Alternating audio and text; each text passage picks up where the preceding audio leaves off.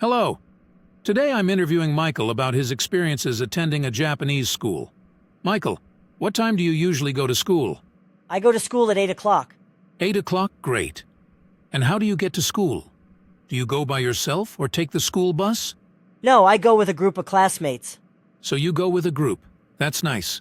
What things do you usually bring with you to school? I bring my gym clothes called Taiso Fuku, my backpack, books, and other necessary items. Okay. And what's the first thing you do when you arrive at school? We stand up and bow. It's called Kiritsu Rei. Ah, Kiritsu and Rei. That means stand up and bow. Interesting. What subjects do you study at school?